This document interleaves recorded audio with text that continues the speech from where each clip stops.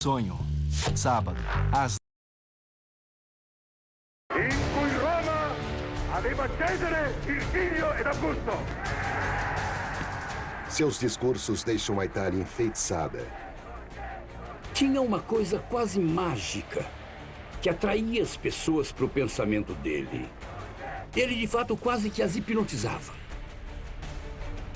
Mas por trás da bravata e da postura de Benito Mussolini, estava um coração repleto de violência e brutalidade. Adolf Hitler olhava para Mussolini como alguém que estava fornecendo um esquema de como destruir a antiga ordem. Esta é a história de Il Duce, o líder, e como o amor dele pela Itália levou a uma ascensão épica ao poder. Mas cuja devoção a gerar medo acaba deixando seu país de joelhos.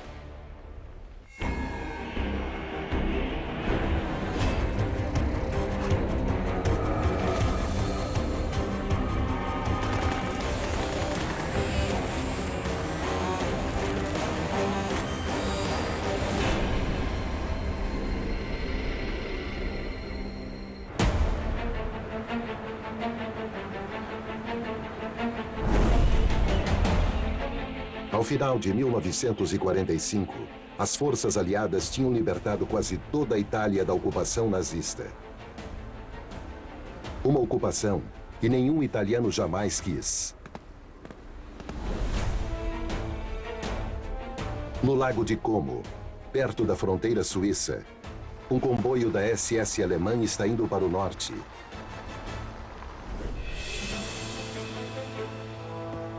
Quando uma pequena patrulha de partisãs italianos os pararam num bloqueio na estrada improvisado.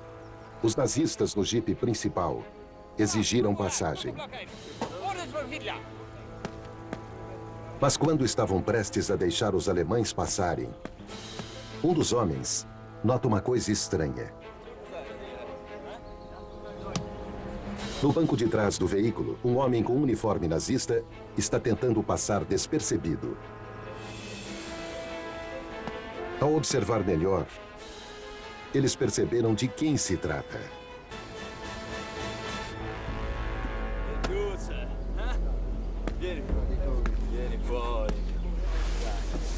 Ele foi parado num bloqueio na estrada e, apesar de ele usar o uniforme para se disfarçar, ele foi reconhecido no ato, assim como a sua amante da época, Claretta Petacci.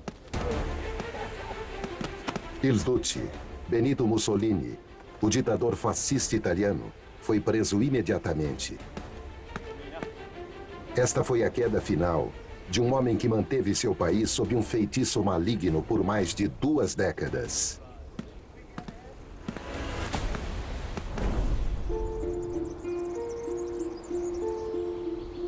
A evolução de Mussolini começou em 1883, no vilarejo de Predápio, na região Romanha do Nordeste da Itália, onde ele nasceu numa família que passava por maus bocados. O avô teve que vender todas as terras da família. E eu acho que em algum lugar na alma do Mussolini estava o desejo de recuperar o sucesso da família.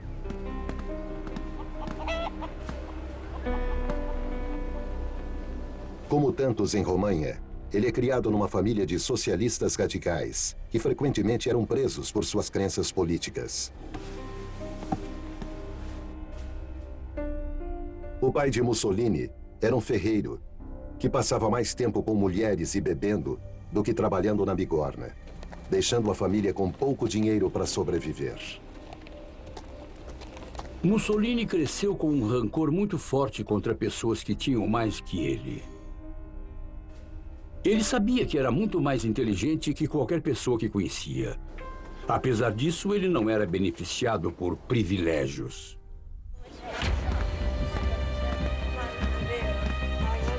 Motivado pela noção de injustiça de sua família, o jovem Benito era arrogante, volátil e um bully.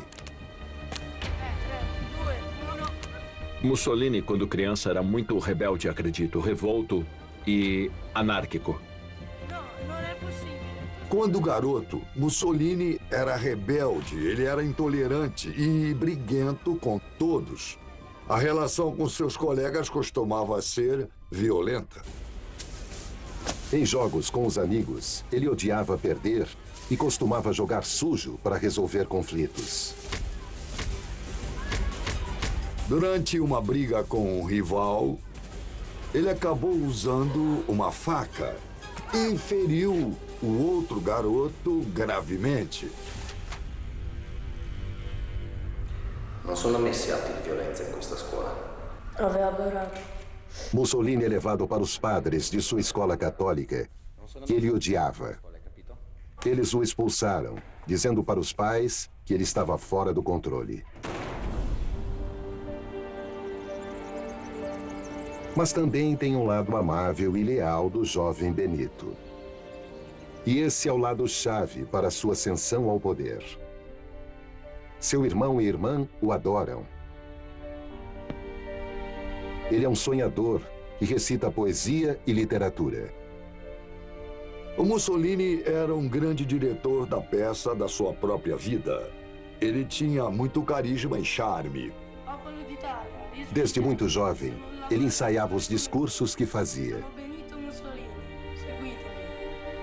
Ele começou a praticar uma apresentação e a acreditar na imagem teatral dele. Aos 18 anos, o futuro ditador da Itália é um jovem rapaz atraente e exuberante, e como seu pai, um socialista fervoroso.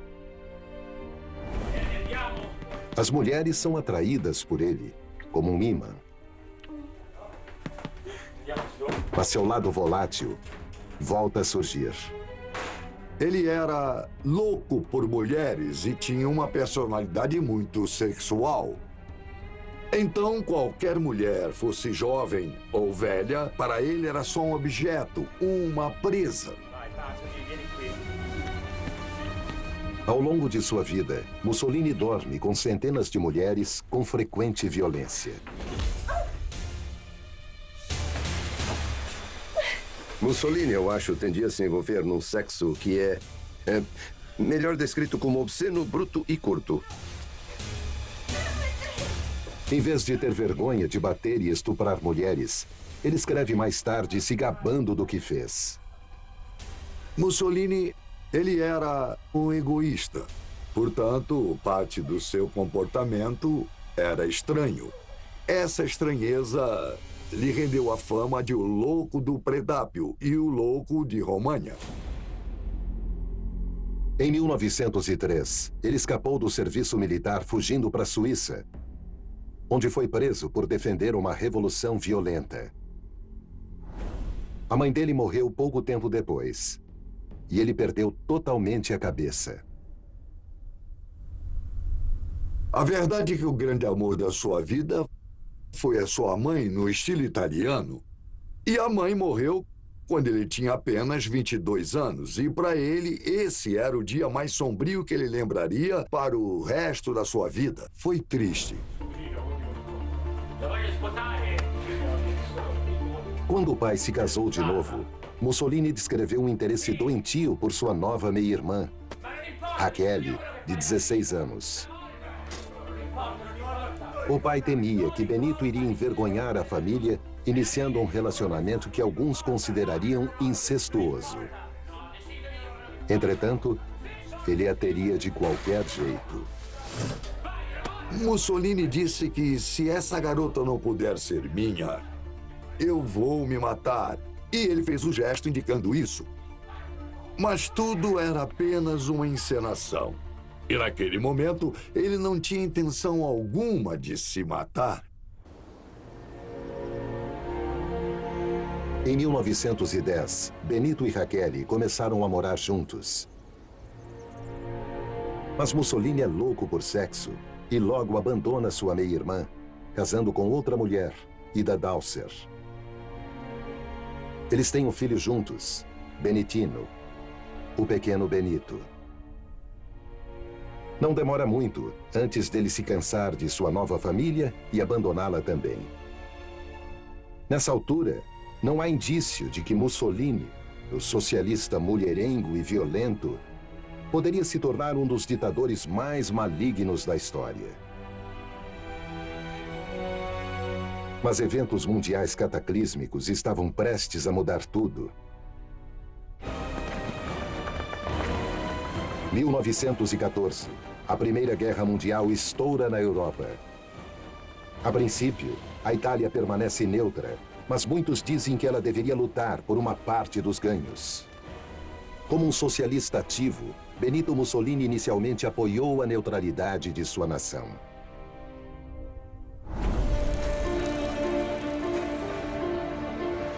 Nesse ponto, ele se mudou para Milão e encontrou um gosto pelo jornalismo, motivado pelo seu amor na infância pela literatura. Ainda na casa dos 20, ele é promovido a editor do jornal socialista mais vendido na Itália, o Avanti. Avanti deu para ele a plataforma pela qual ele podia influenciar a direção política do próprio partido.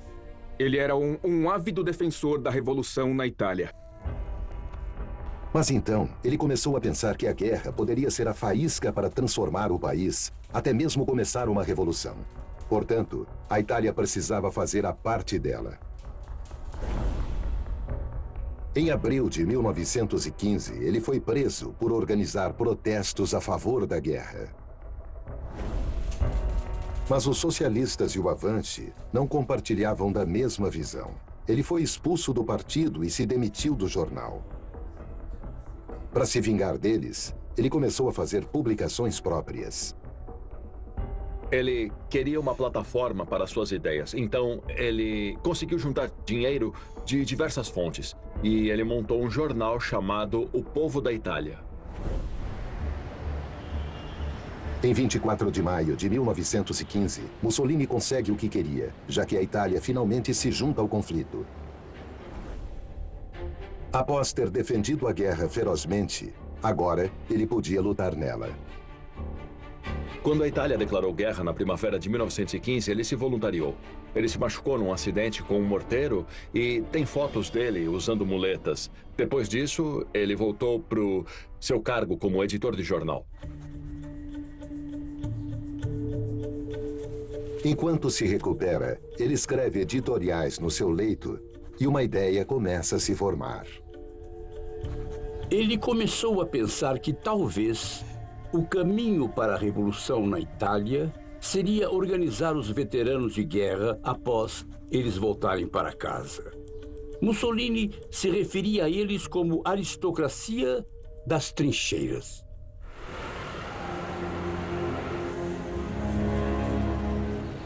Certamente, quando a guerra acaba em 1918, a Itália está num estado deplorável e pronta para a mudança. Apesar de estar do lado vencedor, o país ganhou quase nada no acordo de paz.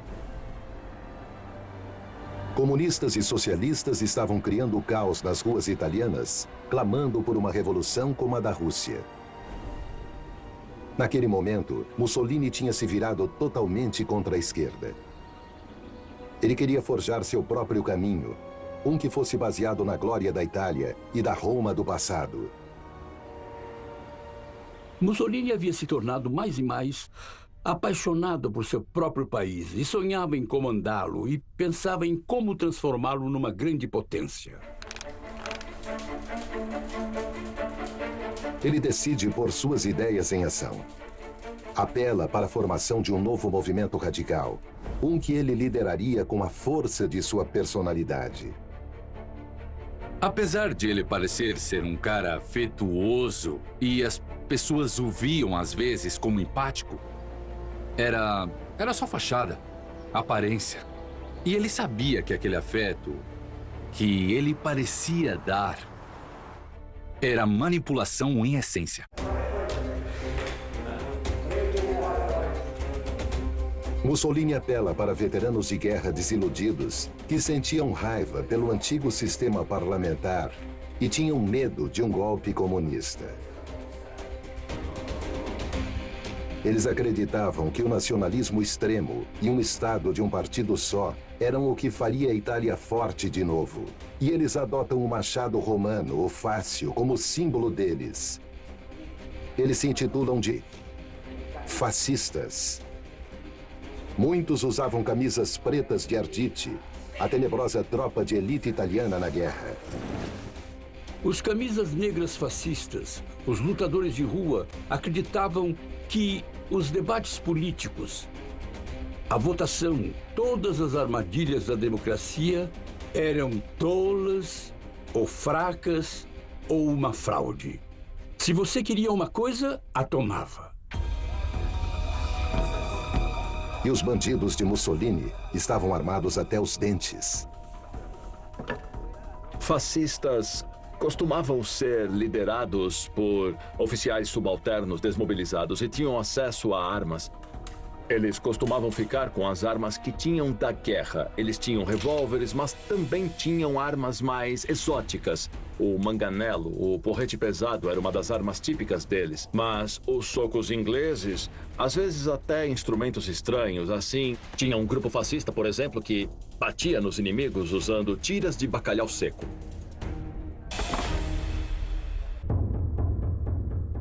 Mussolini se torna o líder deles, e eles o chamam de Il Duce, o líder. Ele organiza seus fascistas em unidades de combate, instruindo-os a bater e humilhar seus oponentes.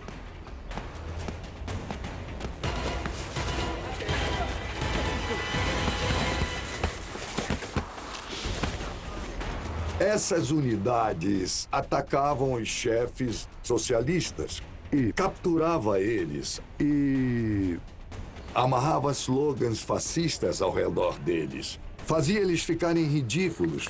Forçavam a beber laxantes poderosos para que eles acabassem se sujando e destruíssem a imagem pública que eles tinham. E os fascistas zombavam deles e tiravam fotos que iam parar nos jornais. O movimento fascista de Mussolini decola, indo de 20 mil para quase 200 mil membros em apenas alguns meses. Enquanto seus bandidos lutam com comunistas nas ruas, Mussolini tenta ampliar a base de seu poder. O movimento fascista se transforma no Partido Fascista e, em 1921, ele foi eleito para o parlamento. Campanhas revelam sua habilidade suprema. Ao longo de sua carreira, com um discurso de mestre, o Duce consegue transformar multidões em fãs ensandecidos. in cui Roma aveva Cesare, il figlio ed Augusto. Ele tinha a habilidade de emocionar as pessoas, controlar suas emoções, fazer com que o ouvissem. Porque ele era eloquente, ele era persuasivo.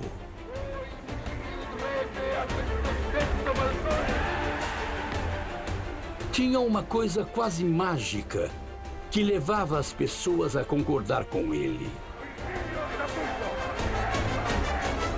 Você via essas multidões enormes gritando Duce, Duce, Duce, porque ele, de certa forma, meio que as hipnotizava.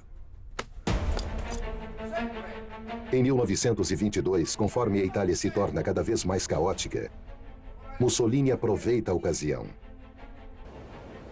Por meio do poder de sua retórica, ele consegue mobilizar fascistas o suficiente nas ruas para tentar e forçar o Estado a dar o poder a ele. Ele instiga seus defensores a marchar até Roma. Mas o líder não estava entre eles. Nos bastidores, o mestre da propaganda trabalha sem parar. Ele via tudo como uma peça teatral. Ele estava montando o que parecia ser uma revolução, mas ao mesmo tempo garantindo em segredo para os líderes do exército e a monarquia que isso era apenas um teatrinho. Mussolini, depois, consegue que centenas de milhares se juntem à marcha. Na verdade, somente 16 mil manifestantes esfarrapados sem armas comparecem. A polícia e o exército fingem que não veem. Foi num outubro úmido atípico. Eles se afogaram enquanto esperavam. Eles não sabiam o que fazer, não tinham ordens a seguir. Mussolini não estava lá. Ele estava em Milão. Estava sentado ao lado do telefone, esperando outros políticos ligarem para ele e dizer: "Psst, você quer ser o ministro disso ou gostaria de ser o primeiro-ministro?" Com medo de uma revolução, o chefe de Estado da Itália, rei Vítor Emanuel III, chama Mussolini para liderar a nova coalizão do governo. Por meio de sua habilidade de agitar multidões, o líder blefou e abriu caminho à força ao poder. Era o início da queda ao inferno da Itália.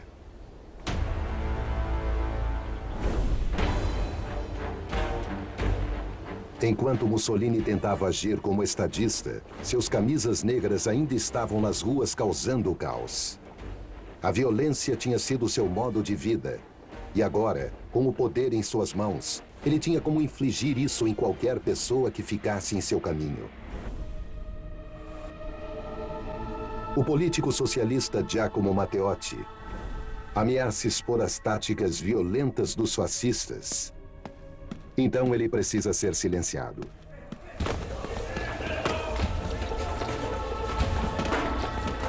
Uma unidade dos Camisas Negras atacou Matteotti, que sofre um ataque cardíaco e é enterrado numa cova rasa nos arredores de Roma. Quando ele percebeu que seus próprios seguranças pessoais tinham assassinado um membro socialista do parlamento, ele tentou acobertar. Quando o corpo de Matteotti é recuperado, Mussolini negou qualquer envolvimento e o homicídio cumpre seu papel. Oponentes políticos apavorados silenciaram.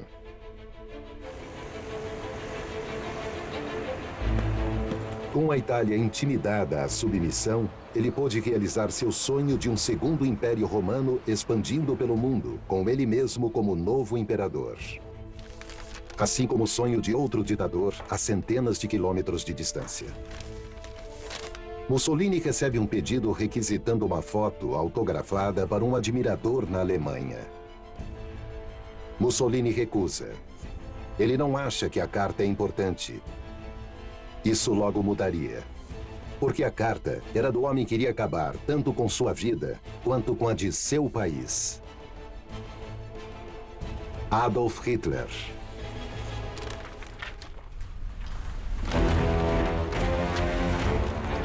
Em 1925, Il Duce declara uma ditadura na Itália. Todos os partidos políticos são fechados, exceto os fascistas. Mussolini foi completamente antidemocrático. No seu modelo político, não tinha espaço para qualquer tipo de oposição.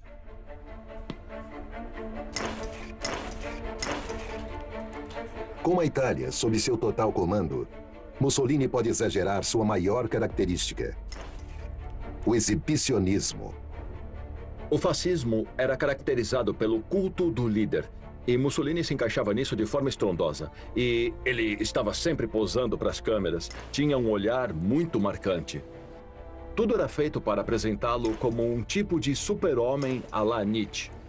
Um homem que era viril, que era atlético, um grande esportista, que tinha um torso belo e não tinha vergonha de se despir até a cintura e exibir como ele via, seu torso másculo. Na verdade, é impossível imaginar Hitler tirando a camisa e ficar se exibindo, mas Mussolini era fotografado trazendo a colheita. Ele era um político da era das massas. Mussolini virou um modelo para todos os que sonhavam em ser ditadores no século XX e depois.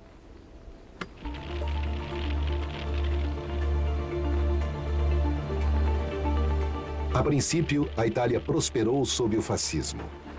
Um esquema imenso de obras públicas diminui absurdamente o desemprego. Mussolini alcança quase que um status de divindade em seu país e no exterior. Churchill o chama de gênio. Franklin Delano Roosevelt disse que estava muito impressionado com ele. Qual era a imagem pública do Mussolini fora da Itália? Era totalmente positiva. Porque do lado de fora da Itália, era um país de rebeldes. E o Mussolini tinha unido tudo. Ele tinha derrotado a ameaça bolchevique. Ele tinha feito os trens chegarem na hora e tinha unido uma Itália dividida. Mas controlar seu próprio país não era o bastante para o Duce. Um dos termos que resume bem a Itália, eu acho, é a ideia de que era a menor das potências, que estava no fim da primeira divisão. E você vê que o próprio Mussolini usava essa metáfora de futebol. Ele tem muita inveja de grandes impérios colonialistas, a Grã-Bretanha e a França. Mussolini tinha a ambição de restaurar o Império Romano.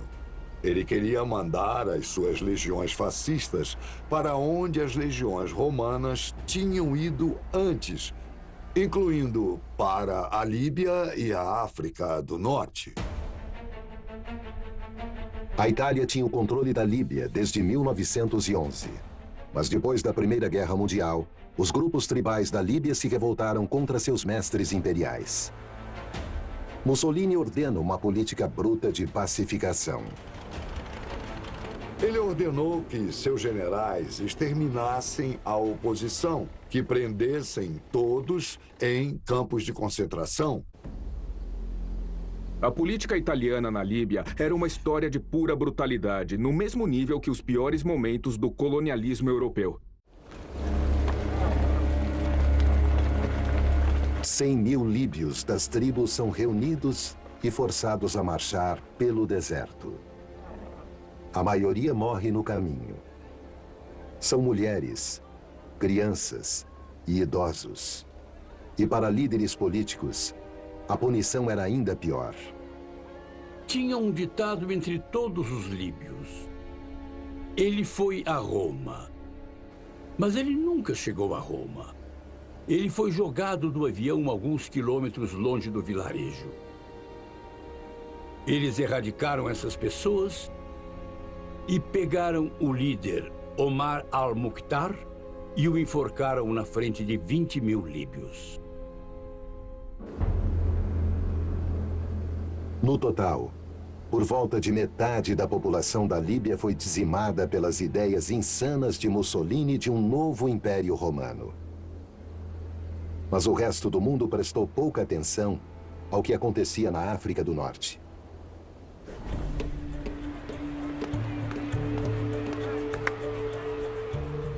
Exceto o então recém-eleito chanceler da Alemanha. Em 1934, Adolf Hitler finalmente conhece o homem para o qual ele escreveu 8 anos antes. Mussolini continua indiferente e descreve ele como um palhacinho tonto.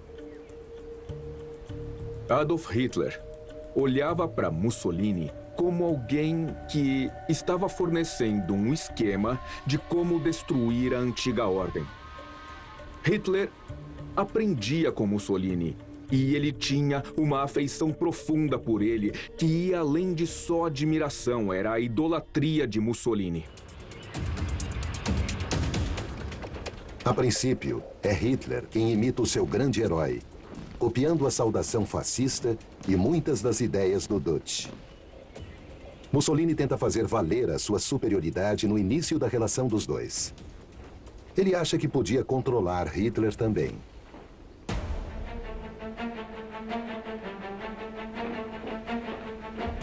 Numa jogada que inspiraria os nazistas, ele gasta bilhões melhorando o exército. O plano dele era ampliar seu império. Então ele precisa enviar suas forças para um país que tinha envergonhado a Itália numa derrota colonial 40 anos antes. No outono de 1935, tropas italianas invadem a Etiópia num ato selvagem de vingança.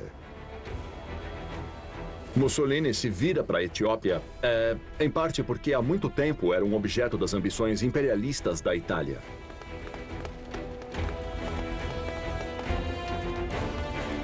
É o maior exército colonial já colocado em campo e a guerra se torna um dos conflitos mais unilaterais do século XX.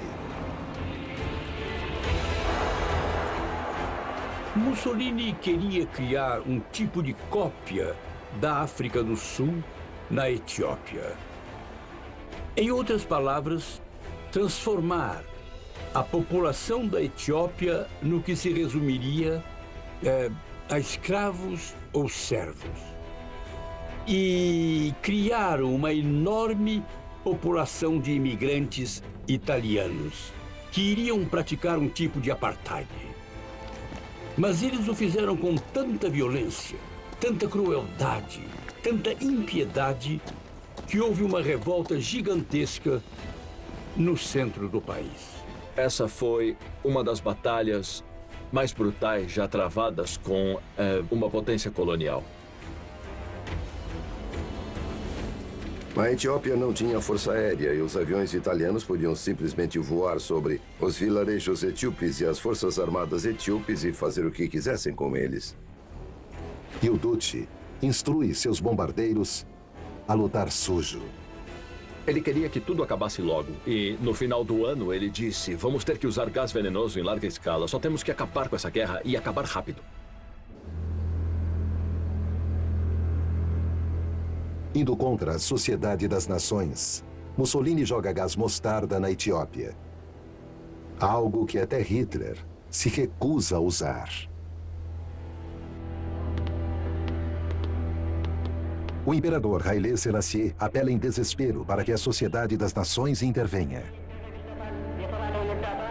Mas eles fingem que não veem. A invasão de Mussolini na Etiópia deixa a empobrecida nação do Leão de Judá desolada. Historiadores da Etiópia acham que o número de mortos durante a guerra está em cerca de mais de 350 mil pessoas. É um número absurdo de mortos. A guerra na Etiópia foi bem no início da Segunda Guerra Mundial. Mussolini sabia bem que, ao invadir a Etiópia, estava indo contra a Sociedade das Nações. Isso daria um sinal verde para Hitler.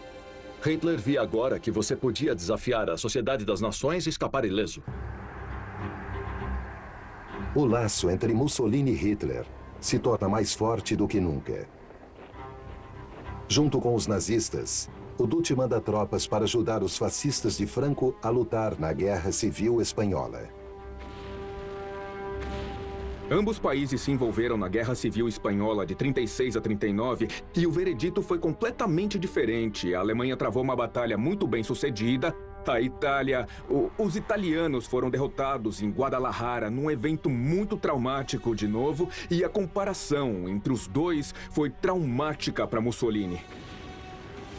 A Batalha Espanhola é o primeiro sinal de que a máquina de guerra nazista está melhor equipada para o conflito que seu exército. Mas o Duce ignora qualquer conselho.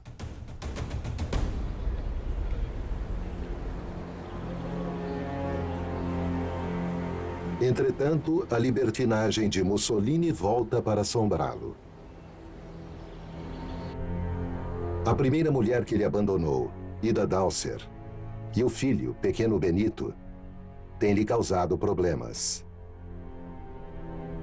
Mussolini logo em seguida se casa com Raquel, sua meia-irmã, mas Ida continua vindo à tona, manchando sua reputação.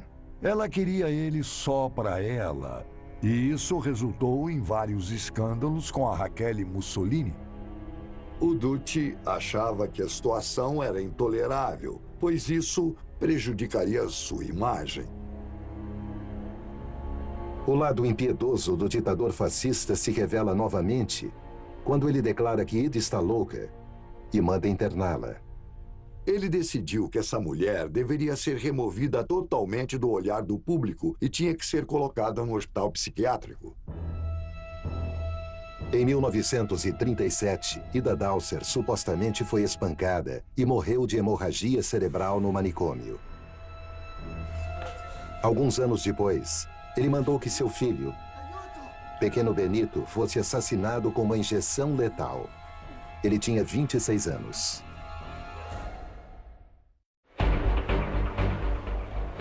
O Duce acha que sua crueldade o torna intocável. 27 de setembro de 1937. Com seus assuntos pessoais resolvidos, Mussolini é convidado a ir para a Alemanha.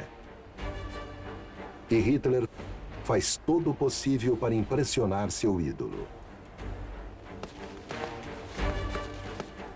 Ele ficou absurdamente chocado com o progresso que a Alemanha fez durante aqueles poucos anos. Ele fica abismado pela demonstração de poderio militar e ordem. Ele percebe que o equilíbrio dos poderes está pendendo desde então claramente para o lado de Hitler. Como um homem obcecado com sua imagem e poderio militar, Hitler pisa em todos os calos de Mussolini. O Duce fica fascinado. O palhacinho tonto agora é o apresentador do circo.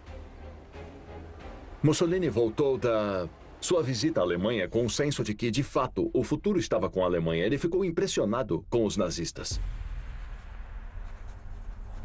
Não é só o exército de Hitler que conquista Mussolini. Ele acaba se cativando pelas ideias dele também.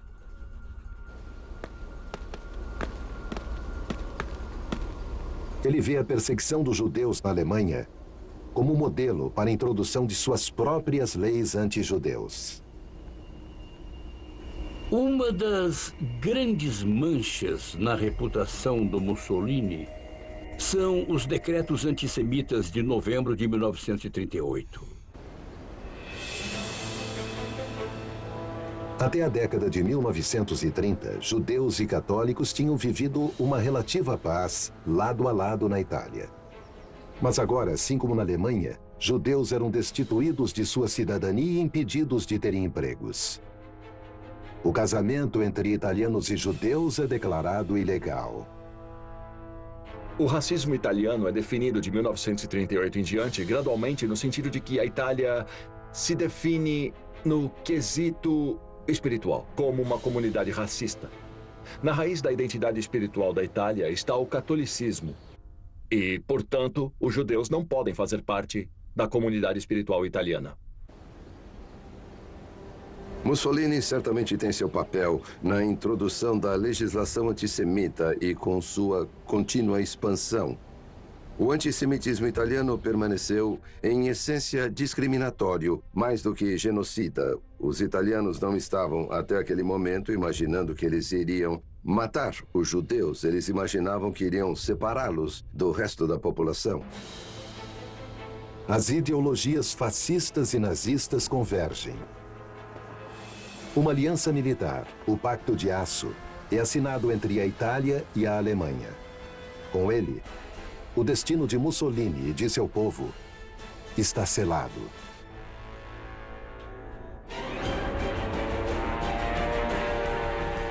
Primeiro de setembro de 1939, Hitler invade a Polônia. 2 dias depois, a Grã-Bretanha e a França declaram guerra contra a Alemanha. A princípio, Mussolini está incerto de qual lado da guerra ele ficará, e ele tenta agir a longo prazo. Mas quando Hitler conquista a França, ele fica convencido de que só pode ter um vencedor. No dia 10 de junho de 1940,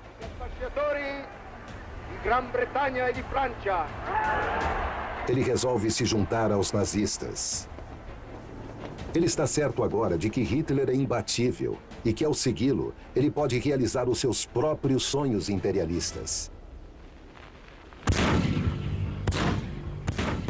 Ele não podia estar mais enganado. Ele estava sendo envolvido numa batalha que a Itália não poderia travar. A Itália estava claramente despreparada para uma guerra do mundo moderno. A economia ainda era a mais fraca das potências que estavam lutando. Todo o conselho que Mussolini recebia na primavera de 1940 era: tenha cuidado. Olha, não podemos fazer isso. Conforme os exércitos de Hitler massacram o norte da Europa contra o conselho do seu general, Mussolini instrui suas forças a começar suas próprias invasões isoladas. Sem contar para Hitler, ele decide invadir os Balcãs em grande escala. E planos são feitos para a invasão da Grécia. O que imaginam que acabará rapidamente.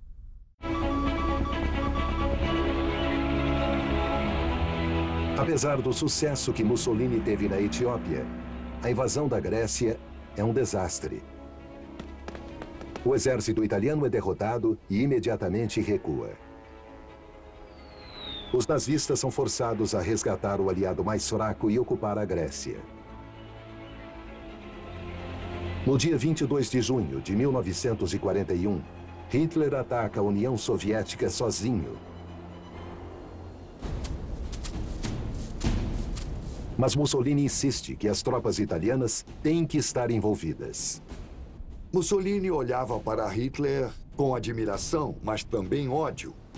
Ódio porque Hitler havia se tornado o mestre e Mussolini havia se tornado apenas um aliado. E, além disso, um aliado secundário. Na Batalha da Rússia, Mussolini insistiu em enviar tropas italianas, coisa que Hitler não queria de jeito algum. Por causa do desespero de seu líder para agradar o mestre, cerca de 30.000 italianos são mortos na fronteira leste. E mais 50.000 morrem aprisionados.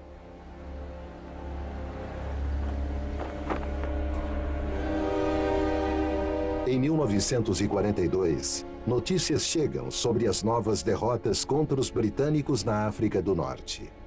A guerra está se tornando humilhante para a Itália. A personalidade instável de Mussolini ressurge novamente, com alterações de humor violentas e um humor inconstante. Quando Mussolini resolveu se unir ao Hitler, ele desenvolveu um tipo de comportamento maníaco-depressivo, indo de um extremo para o outro. Ele encontra refúgio na sua arrogância e auto-obsessão. Ele acredita que não pode acreditar mais na intuição. Ele fala para o genro dele em um momento: eu sou o animal mais inteligente que já existiu. Mas sua bravata parece absurda, dada a tragédia que estava prestes a envolver seu povo.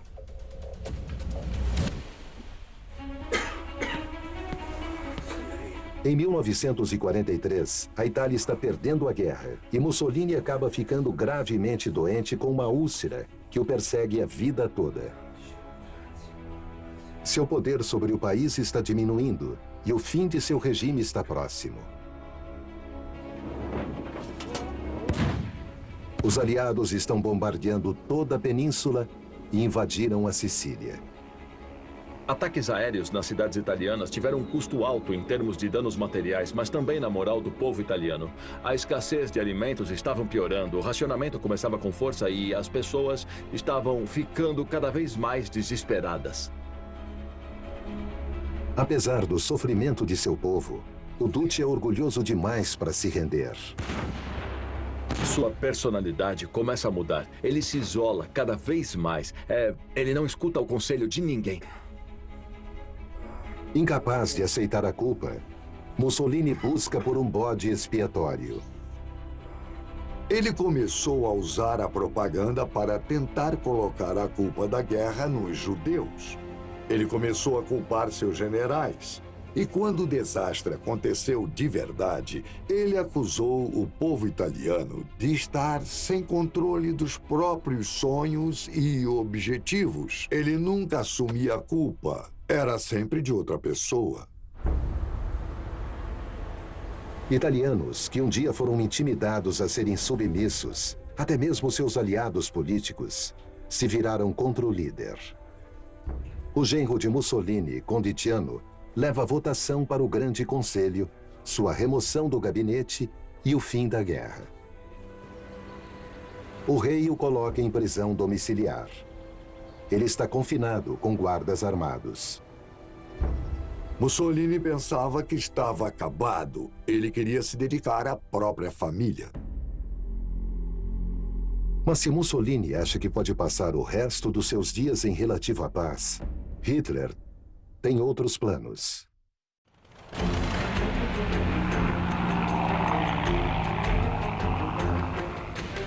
Em um dos resgates mais ousados da guerra, ele envia planadores para onde Mussolini está preso nas montanhas.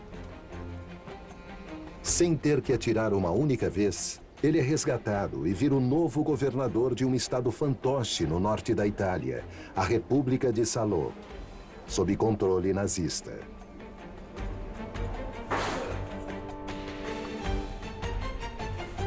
A inversão dos papéis está completa. Mussolini, antes um líder poderoso que escreveu um livro sobre intimidar para liderar, está agora totalmente submisso a Hitler. Agora ele servia somente como um fantoche, só repetindo as palavras que Hitler já havia escrito. E Hitler impõe condições no retorno de Mussolini. Ele diz que ele precisa mandar os judeus que restaram na Itália para Auschwitz. 6.000 são enviados para as câmaras de gás, o que faz seu regime virar cúmplice do pior crime da história. Depois, Hitler ordena que Mussolini execute membros do seu governo que haviam conspirado para removê-lo, incluindo seu próprio genro, Conditiano. Isolado e odiado pelo seu povo, insultado pela sua própria família, seu amor pelos nazistas e um novo império romano o aproxima do seu fim. Mussolini confessou que estava acabado, que era um cadáver ambulante. A população italiana amaldiçoava a guerra e amaldiçoava Mussolini. Nessa época, ele era um homem derrotado, responsável por uma catástrofe italiana. Pior ainda, é que tudo havia sido em vão. Pouco a pouco, os nazistas são expulsos da Itália. O Duce tenta escapar com uma de suas várias amantes, Claretta Petacci. Mas o jogo havia acabado. As ordens diziam que Mussolini deveria ser executado antes dos aliados o capturarem, que deveria ser o povo italiano a decidir o que fazer com ele.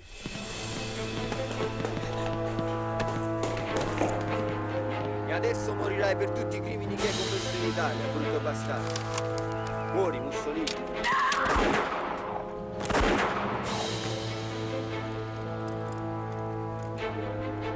Os corpos de Mussolini e Claretta Petacci são levados até a praça de Loreto, em Milão. Lá, o povo italiano, destruído por uma guerra que só seu líder queria, demonstra o que sente. O corpo de Mussolini foi espancado, cuspido, a cabeça foi chutada e os corpos foram amarrados pelos tornozelos e depois erguidos para que ficassem pendurados de cabeça para baixo.